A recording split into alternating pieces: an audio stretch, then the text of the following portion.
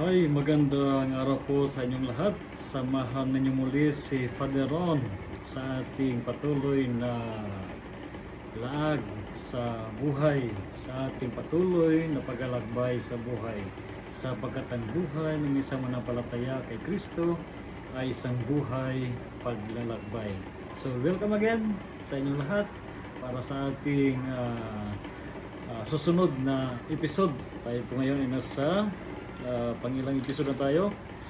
Ngayong araw ng Sabado ay nasa episode 25. So napakabilis mga kapatid ng panahon. Sabado na naman. Siguro ang iba sa inyo ay medyo busy sa paglalaba, no? Sa lahat ng mga naisuot natin mula ng Lunes hanggang Biyernes. Lalo na ang mga nanay dyan, shout out sa mga nanay na nagkalaba sa mga oras na ito, lalo na sa umaga, okay? At siguro ang iba ay medyo mahaba ang pagpapahinga, no? Dahil sa pagod ng pagtatrabaho. Ang iba naman ay nagsusumikap na gawin ang mga dapat gawin sa bahay bilang mga magulang. Kaya bilang mga anak ay nagsumikap na tumulong sa mga gawain bahay kasama ang mga mahal sa buhay. At siguro ang iba ay naghahanda para sa darating na linggo. So mga kapatid, muli maligayang araw sa inyong lahat. Ngayong araw ng Sabado, November 16 na po. So ang ating ebanghelyo ngayon ay mula sa ebanghelyo ni San Lucas chapter 18 verses 1 to 8. Pakinggan po natin ang ebanghelyo para sa araw na ito, araw ng Sabado.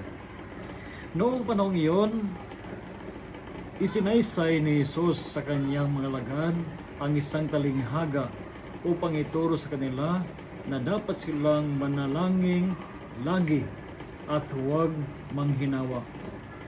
Sa isang lungsod, wika niya, may isang hukom na hindi natatakot sa Diyos at walang taong iginagalang. Sa lungsod ding iyon ay may isang babaeng balo na punta ng punta sa hukom at humiling ng katarungan. Tinanggihan siya ng hukom sa loob ng ilang panahon, ngunit nang malaunan ay nasabi nito sa sarili, bagamat hindi ako natatakot sa Diyos ni gumagalang kanino man, igagawad ko na ang katarungang hinihingi ng babaeng ito sapagkat lagi niya akong ginagambala. Baka ako mainis sa kaparirito niya. At sinabi ng Panginoon, narinig ninyo ang sinabi ng masamang hukom, hindi ipagkakait ng Diyos ang katarungan sa kaniyang mga hinirang na dumaraing sa kanya araw-gabi. Bagamat tila nagtatagal iyon, sinasabi ko sa inyo, agad niyang igagawad sa kanila ang katarungan.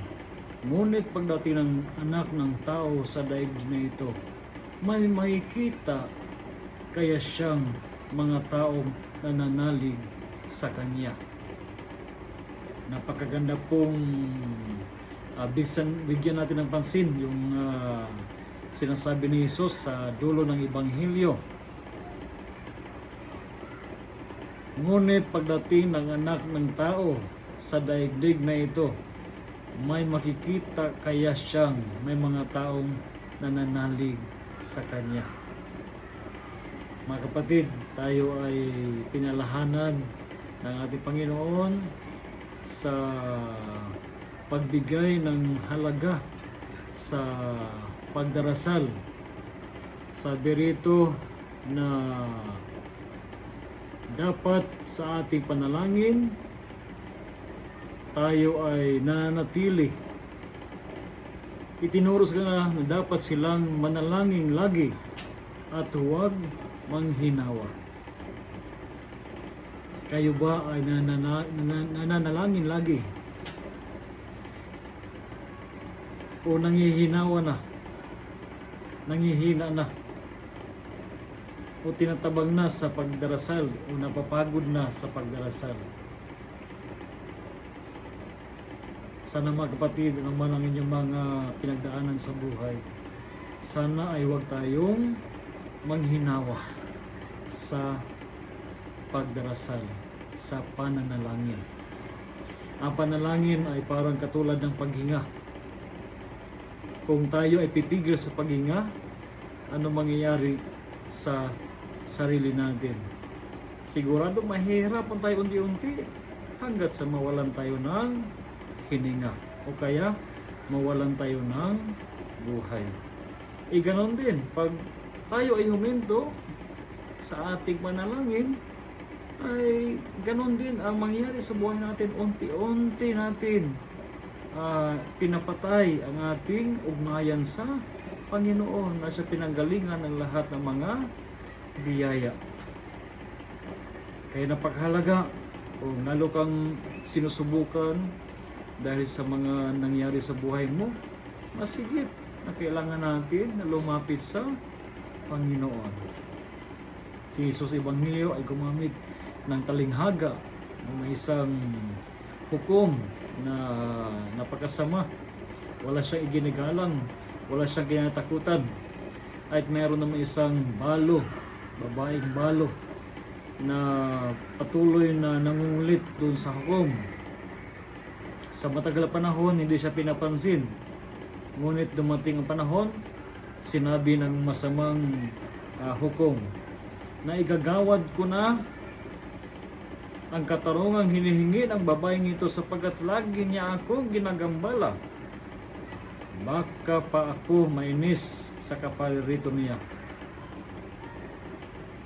Kahit na siya ay masamang hukom at walang ginagalang, dumating sa panahon na kung saan ipinagkaloob niya ang hinihingi o ang hiningi ng isang balo sa kanya.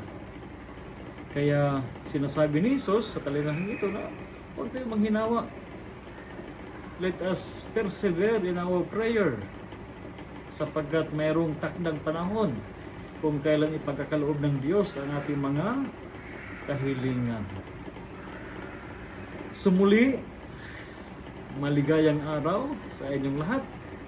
Kung araw man sa inyo, siguro sa ibang panig ng mundo ay gabi o kaya hapon. But anyway, a blessed day or blessed night or a blessed afternoon to all of you.